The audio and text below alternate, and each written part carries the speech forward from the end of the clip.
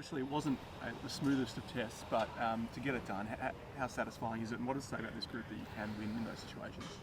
Oh, it's an incredible achievement to end off a long sort of road trip that started all the way back at the World Test Championship. And yeah, we talked about this game being a game to reward ourselves on the journey that we've been on, and it was, for us, it was sort of like the end of that trip. And yeah, so proud of the guys to go about it the way they did. 4 for 34, not ideal, and we've probably found ourselves in those situations a little bit too often, but the real positive is that we're able to work our way through that and find a way to win. So it says a lot about the group, the resolve, the skill level also. There's some highly skilled players there, and the way Mitch Marsh and Alex Carey went about that 140-run partnership put pressure back onto them, and it seems that Paddy's always there at the end in some shape or way.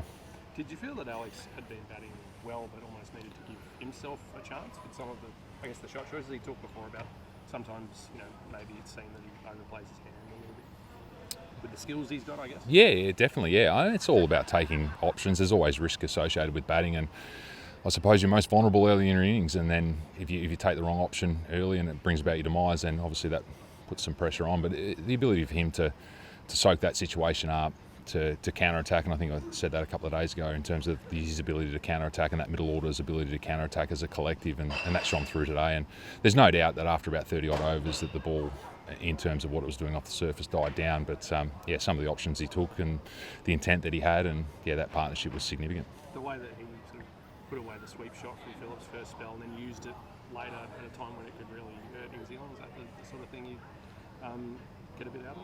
Yeah, it was nice, yeah. I mean, the options at the right time, and he was able to soak up that pressure, play a different way. He was looking for the cut shot more often, and then, when the field moved later in the innings, he was able to get into his sweeps and the slog sweep and the lap sweep, and then the field changed and it put it back onto the bowler in terms of his plan. So, I mean, that's the game, isn't it? The bowler having a plan, the batter having a plan, and then navigating through that. So it was really pleasing for him, and we know he's a hard worker. We know the work he puts in, and he's not only a hard worker, but he's a highly skilled player, and 10 dismissals with the gloves. To couple that with almost a match-winning ton, which I think would have been nice, but unfortunately it wasn't to be. Are there any spots in that 11 that you have any doubt on, given that it's 9 months to the next test, or would you expect everyone to front up in November? There's a long time between now and the next test match. A lot of water under the bridge. We feel as though we've got a group that can carry us through that next phase.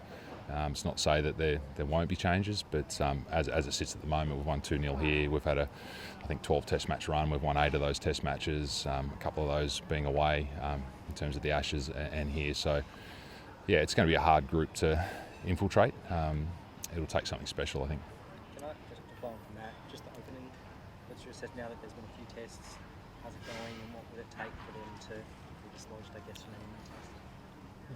I think 4 test matches is still a rather small sample size, and no doubt everyone's asking the question around Steve Smith. We feel like I don't feel like he is a great player, and his ability to problem solve is one of his great strengths. So he's been challenged in these conditions. The surfaces have been new ball wickets, and no doubt there'll be a debate as to what his best position is. But we're trying to make sure that we've got the best top 6 batters, plus Alex Carey as an extension of that, and how we stack them is always going to be a debate. You said there's no doubt there'll be a debate. Is that clearly there'll be an external debate? Will there be an internal debate as well? No, not for 7 or 8 months before we have to pick the next team. So no, we've got an opportunity here to take some time, assess where everything's at, and then make some decisions from there. And I'm always a believer in making a decision when you need to make the decision, and now's not the time for that. What do you make of that criticism of someone who's probably the best that's playing? I think it's unfair, but that would probably mean that I'm going to defensive mode around my player, which will be probably a headline. I don't think it's deserved. I think he'll be able to work through that. It's a new challenge for him. It's a new position. And if you're bringing in a new opener and you gave them 4 test matches and then said, we're going to shift that after 4 test matches, would you think that's fair or unfair? I think it's reasonably unfair. Do you want to have a look at him, say, opening in Shield cricket, or even is there any chance for county stint or anything like that, just to sort of give him some more reps in that position? I don't think there's any county cricket on the horizon. Shield cricket may become available. I think we've got, now you're testing me, I think we've got England in September, and then October becomes a bit of a space for some players to potentially play Shield cricket, and then we've got Pakistan in an ODI series. So there's always a challenge of different formats, and obviously Steve's a pivotal part of our white ball setup. So yeah, we've got to juggle that, and as you've seen, we've had the scope to do that with Cameron Green, and yeah, we'll position them individually the best we can leading into the Indian Test summer. So that would leave the door ajar potentially to say leave him out of the Pakistan ODIs, for instance, to give him a run just as one option. So. No, I didn't say that. There's pressure there with you, isn't it? That's it, 3 or 4 Queensland or whatever, and doesn't open when he goes back in below. Yeah, definitely. I think every team's different. Queensland obviously feel as though he's best positioned at number 4, and that doesn't mean we can't open Usman. I think that, plainly put, like every team will have a different challenge. They'll put their 6 batters in the order that they feel as though they can best function, and there's no doubt we haven't functioned at the level we believe we can function at. Is that because of the batting order? That's obviously the discussion and the debate. Where you talk about external noises and even like how you feel about him opening, but what has he been saying, Andrew? Like, what are his conversations? Is he still enjoying it, like especially for series like this? Yeah, he's up for the challenge, and I think any time that Steve Smith fails, he sees it as a greater challenge. So obviously walking away here with 51 runs under his belt in tough conditions, that'll no doubt drive him for the next challenge, and that next challenge is India, and they await. And I think it'll be an internal motivator for him to, he wants to open. It's a position that he come to us around, and we think he can make it work. How much do you talk, as opposed to a lot of the S6 batter things, I guess the Steve and Usman combination, how they work in concert with each other, how, I guess, proactive one is. Obviously there was a dynamic with Usman and Dave for a long time there, and this is a different one. Yeah, that's definitely a discussion, and that goes even for our 5, 6 and 7, and we're seeing how they can counter-attack, and is that the best way to put them in 5, 6 and 7? If the top 4's functioning, then it makes sense. If it's not, then potentially you've got a different conversation. But we feel as though that order at its best can give us the output that we need. But it's definitely a conversation around the dynamic of the top 7, how they operate together, and it's no different to a bowling attack. And you've seen us over time, we talk about more so in white ball cricket, the roles in that and how they can complement each other with their skill sets. Does it get any harder, do you think, for an older player to, I guess, do those proactive things, particularly say if the ball's new and it's moving around? And I know you talked to Marnus about when the ball's moving, maybe it is time to take a few more risks to put the pressure back on the bowlers. But does that get harder for a player as they get older? I don't think so. I think it's just a mindset, and sometimes for no reason whatsoever, the pressure comes onto a player and potentially they shrink into their shell a little bit, and we saw that with Marn.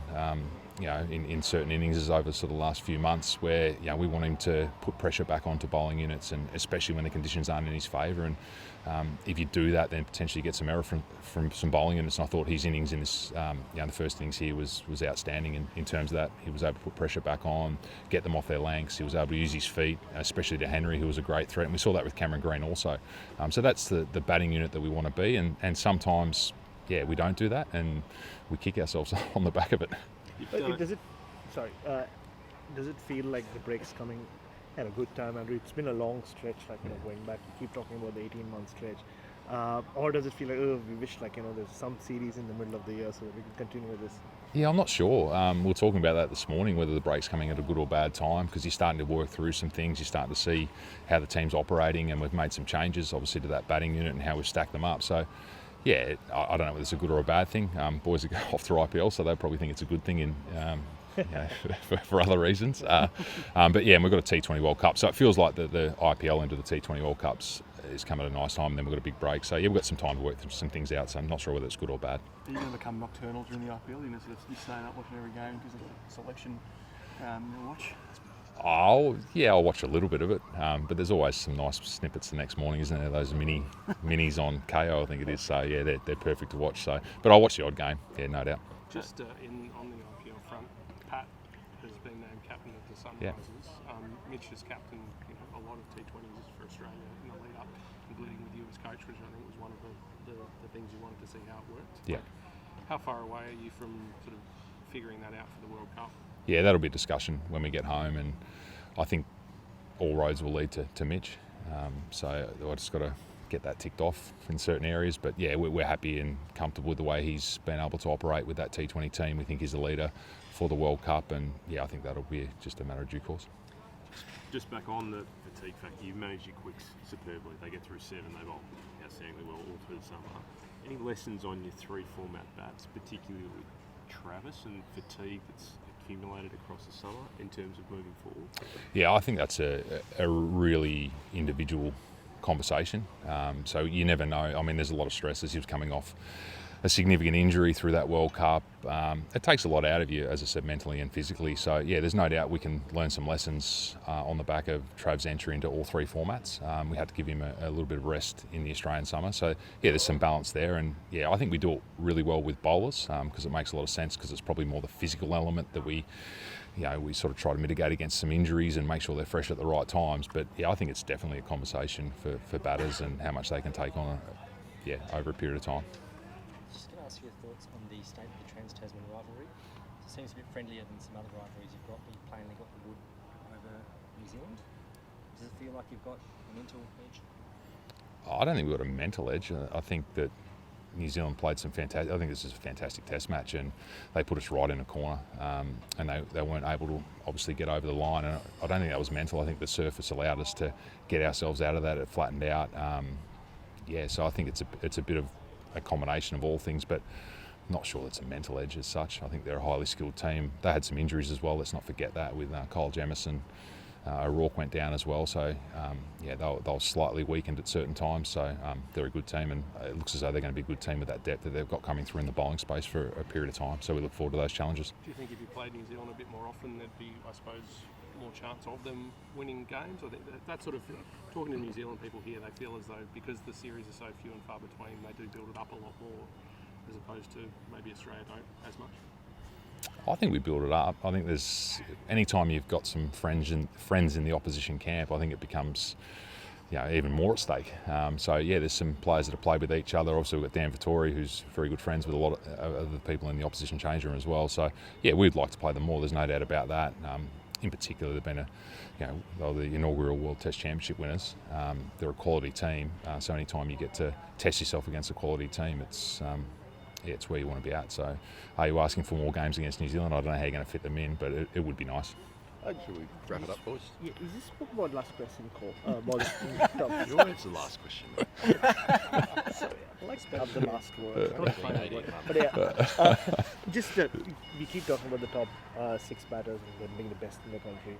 Did Alex Carey need that innings? Like, how cemented was he in this side before this innings? I think he was tracking well. I think he would have said that he didn't have the runs that he would have liked. But it's a significant step for him moving forward. I think that no doubt the pressure on himself that he's putting in terms of the output that he was giving, no doubt would have driven him harder in terms of what he needed to do and achieve. And that's a significant innings to win that game from where he did. And we saw, at the Gabba, it's only a couple of Test matches ago, that 70 odd in the first innings as well, and the way he played there. So if you look at Alex Carey at his best, there's a player there that you want to keep in the side.